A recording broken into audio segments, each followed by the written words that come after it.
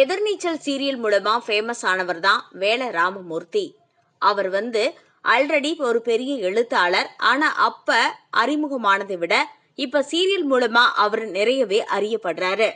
ஆனா அவர் அந்த சீரியல்ல நடிச்சதை அவமானமா நினைக்கிறேன் அப்படின்னு சொல்லி பேசியதா ஒரு செய்தி ரொம்ப காட்டு தீ போல பரவிட்டு இருக்கு. அத பத்தி அவரே பேசியிருக்காரு. என்ன சொல்லியிருக்காரு அப்படின்னா, யூடியூப் சேனல்கள் எந்த அடிப்படையில நான் இந்த மாதிரி பேசினேன்னு பரப்புறாங்கன்னு எனக்கு தெரியல.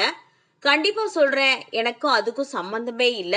ஏன் இப்படி பொய்யான செய்தியை பரப்புறாங்கன்னே எனக்கு தெரியல.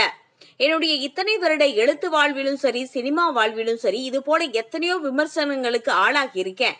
ஆனாலும் எனக்கு இது ரொம்ப கஷ்டமாவும் இருக்கு. ஆனா அதை நான் வெளிக்காட்டிக்கல.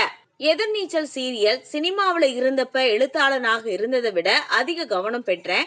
அதே மாதிரி எதிர்நீச்சல் தொடர நடிச்ச பிறகு உலக தமிழ் பெண்கள், குழந்தைகள் எல்லாரிடமே நான் போய் சேர்ந்துட்டேன்.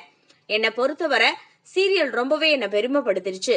ஏதோ பொறாமை, காழ்ப்புணர்ச்சியில இந்த மாதிரி வேலை பண்றாங்க என்ன பிடிக்காதவங்க. சினிமால நடிச்சிட்டு இருந்தப்போ நான் இந்த சீரியல்ல நடிக்க ஆர்வம் காட்டல.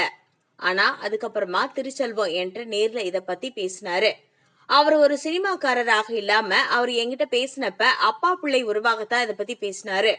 எங்க அப்பாவுடைய பெயர் தான் அவருடைய அப்பாவின் பெயரா இருக்கிறதால பின்னால் அவர் சொல்லி தெரிஞ்சுக்கிட்டேன். மறைந்த நடிகர் மாரிமுத்து பெரிய தடம் பதித்த கேரக்டர் இந்த கேரக்டர். அவர் ஸ்டைல் வேற, என் ஸ்டைல் வேற.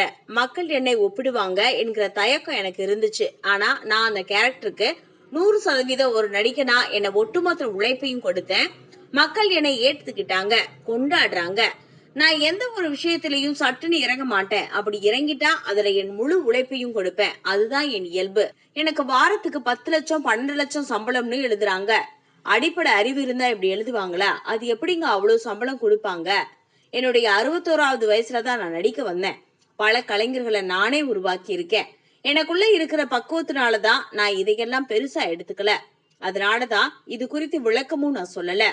அதாவது இதுக்கப்புறமும் நான் சீரியல்ல நல்ல கதை அமைஞ்சா கண்டிப்பா நடிப்பேன் அப்படின்னு சொல்லியிருக்காரு.